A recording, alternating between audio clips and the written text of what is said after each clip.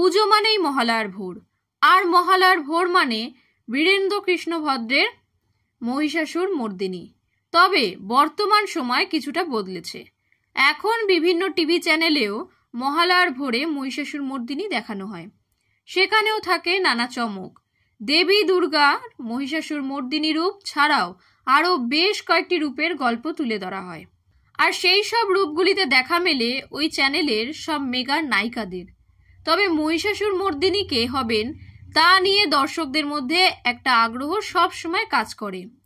সম্প্রতি স্টার জলসা তাদের মহিষাসুর মর্দিনীর অনুষ্ঠানের প্রোমো প্রকাশ্যে এনেছে। আর এবার জানা গেল এবছর মহালয়ায় কে হচ্ছেন মহিষাসুর মর্দিনী।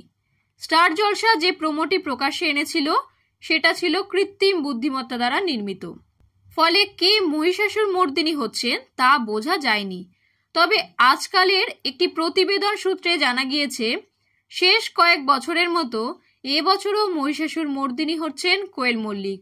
অন্যদিকে এবার মহালয়ার ভোরে স্টার জলসায় ভগবান শিবের ভূমিকায় দেখা যাবে পরশুরাম অর্থাৎ ইন্দ্রজিৎ বসুকে। তাছাড়াও প্রতিবারের মতো এবছরও মেগা নায়িকাদের দেবীর নানা রূপে দেখা যাবে।